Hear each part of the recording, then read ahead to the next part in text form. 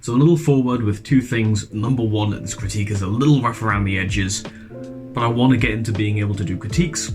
So anybody out there who averages 20, 15, or 12 with ZZ, send me one solve, first come first serve for one person averaging each of those numbers, and I will do a full critique video like this. Hopefully at some point, if my critiques aren't awful, I'll be able to then like critique averages, like maybe paid or something or whatever.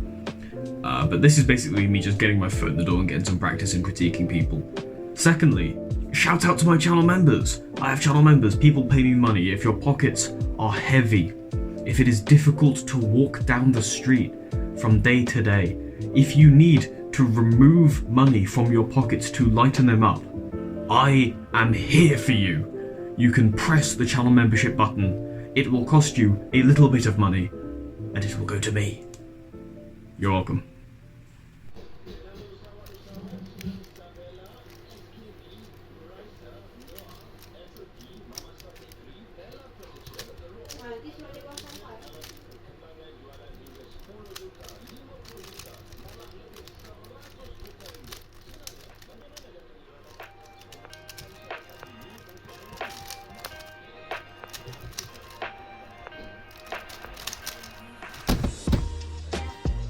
Now there's a few things to immediately mention. Your inspection, of course, needs work, your F2L is very rough, and you've got a lot of bad habits. If I had to weigh these problems, I would say that your F2L solutions are your number one problem, followed by your habits, and then your inspection. Your turning is actually pretty solid for your level. You could coast by with the same turning you have now for a lot longer than you could with, the same F2L solutions. So let's talk about your solution. Not just F2L, but the whole solve. So the axis that you chose for this solve was yellow top, blue front. You told me that you're Y neutral, which means that we're going to be doing white cross no matter what, but we could put any color on the front. So when we inspect both axes for EO, we see that they're both 6 flips here of 1, 2, 3, 4, 5, 6. If we rotate, we have 1, 2, 3, 4, 5, 6. So it doesn't matter what axis we do, but I'll stick to blue-green front when I propose my solution, so that my advice applies more directly to yours. The way that you solved EO cross tells me that you only planned EO, and that's perfectly fine at this level, but the EO solution was bad, and then the subsequent cross solution was also bad. We need to fix both of these. Your solution was 7 moves and a rotation, and it looked like this. Wide R to set up this edge here with these two, and R prime to put 4 in the front, and a U to orient them. Then you did an X prime to reorient the cube, and you had these two here. So R prime to pull this edge out, then B prime R B prime to solve them. Okay, so how do we improve that? Well, your EO solution was something that we call 4-2. Basically, what that means is that when you have 6 edges, you orient 4 of them and then orient the remaining 2, as opposed to doing 3 and 3. Now, when we do 4-2, there's a pretty nice trick that we can use by setting up one of the edges for the 4 flip by solving the 2 flip. Let me show you what I mean. If I was to solve this 2 flip with, say for example, F prime, L prime, F prime, the L prime would put this edge in the back, setting it up for the 4 flip, F prime, L prime, F prime. From here, I could do something like RB prime, and edge orientation is solved in 5 moves, as opposed to your 7. Nice. Okay, now let's look at your cross solution. You used 9 moves to solve the cross from here, but it could have been done in 6. The issue was that you tried to solve cross 1 edge at a time when you want to be influencing as many pieces as possible with every move.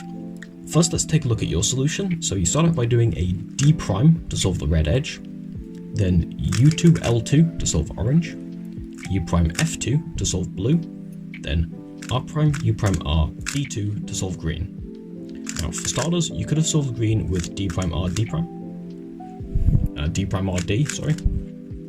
The way that works is you move the whole cross over, so you basically bring the open slot to be underneath the green edge, then put it in and solve it. So that's a more efficient way of going on about that. But for the cross overall, here's what I would have done. I would have already accepted that this edge here is solved. So no D prime to solve red, I would have just taken blue as solved. Then I would have solved orange next with U2, L2. Originally, the purpose of this, U2, was just to get orange out the way, because I'm about to do some stuff with these two edges and I don't want to disturb orange. But I figured while it's over on the side, I can just insert it, because it will reduce the amount of RL switches I do in E across. So it cuts out one grip shift. That's slightly more advanced stuff for the ZZs out there that are focusing on E across execution. But I figure I'll try and pack as much into this video as I can for everybody. But that's a bit more on the advanced side. Then for these two remaining cross edges here, D prime, R, D, R prime, just solves those two. So that's the 6-move solution there, U2, L2, D prime, R, D, R prime. Alright, let's do F2L. For every pair, we're going to talk about pair choice and pair solution, because those are two sides of the efficiency coin. You paused and peeked into the back before F2L, so for first pair, let's assume you know everything. Now, I will preface this by saying that the way you did first pair was pretty much fine. For someone at your level, absolutely fine. But I am going to be mentioning better alternatives for first pair because I want everybody who watches this video to be able to get something out of it, and I think it would be useful if you could keep coming back to this video in the future. Like, you get sub 20, you come back, there's still advice for you. You get sub 15, you come back, there's still advice for you, etc. But for now, your first pair holds its own. So for first pair, you already have a pre-built pair sat here in back right. I understand you might want to solve that first, but there's a few cool things we could do. Like, there's two ways that we could solve a different pair while bringing it out, getting it ready to insert, and fully preserving it. Luckily, both of those happen to be the default solutions to other F2L pairs. For example, if you wanted to solve red-green here, you would do U2, R, U, R2, U prime R, which would leave this preserved and ready to go. Alternatively, if you wanted to solve red-blue, we would do R prime, U2, R2, U, R prime, that would also leave this edge sat here and ready to go. If we didn't want to do either of those, we could solve back left and cancel into solving this pair here, though I understand this might be very challenging for you to see, so I'm fine with you just solving this built pair anyway, because that's a good solution in and of itself. But we could have done something like this, do an L2 here to cancel into inserting that. As it stands, the fact that you solved this is completely fine. I just want to nitpick the way that you did it. Let's take a look. You could save a few moves by doing R prime, L prime, U2L, R, as opposed to bringing it out and then inserting it. That's all. Okay, so now we arrive at second pair, and there's one pair that I see that is blatantly better than all of the rest, and there's one pair that's alright. So before we look at your solution, I just want to show you this idea. It's the second best pair. It's not fantastic, but it's an idea that's there. But let's take a look at what you do.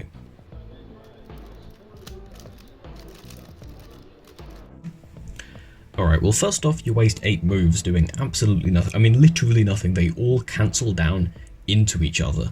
And then after that, you do solve the best pair, but you don't do it in the best way. You pair it up with R prime U R2, as is fine, but then you insert with U prime R prime U prime R U prime R prime. Watch this. Just like that, I've cut out 4 moves. Your average TPS over this solve was 3.9.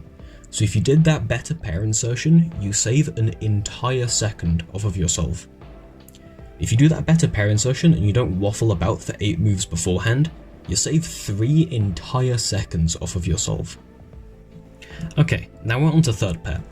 Solving both pairs into the back with the front slot solved isn't fun, but it is better than rotating usually. Which is why this wide D2 that you did is bad. But anyway, I'll follow along. I'll put green on front to make it a little easier to see the critiques.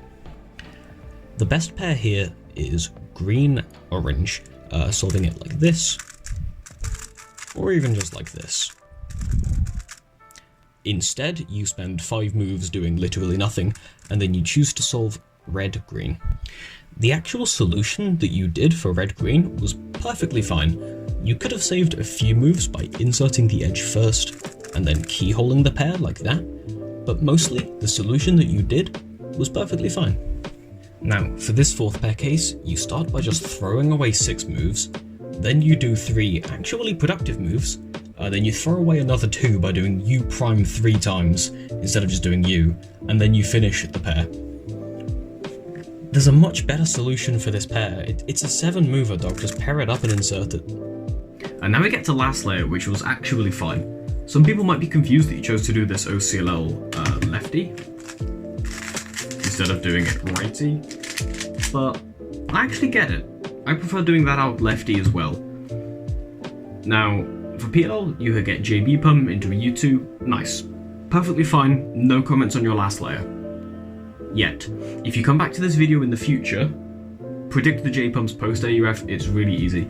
So this bar here that you have at the front when you go to execute the ALG, from execution angle, it stays completely still throughout the entire ALG, so you can see that it was a U2, because you have blue on top of green. So it needs to be a U2. Also, 2-sided PLR recognition, please. But for now, very well done. Right, now it's time to talk about the mental part of solving. This is where we'll tackle some of the bad habits that I've noticed. The most pressing one is that when you finish one pair, you don't know what to do next. And that's completely normal at your level of solving. The issue isn't that you don't know what to do next, the issue is what you do. Instead of just pausing and looking for what to do next, you just do random turns. This makes it harder for you to find pieces and it adds moves to the solve. It's very difficult to convince yourself that doing literally nothing is better than what you're currently doing, but it is the case. Maybe try to consider every move that you do without a purpose to be one move further away from being solved. Maybe open a new session called Pause, where you force yourself to pause instead of doing turns. It should be a bit easier because you're in a session where that's the point, so you can disregard the results, they don't matter, you're in the session where you're pausing anyway. If all goes well, though, you should notice that you're getting better times.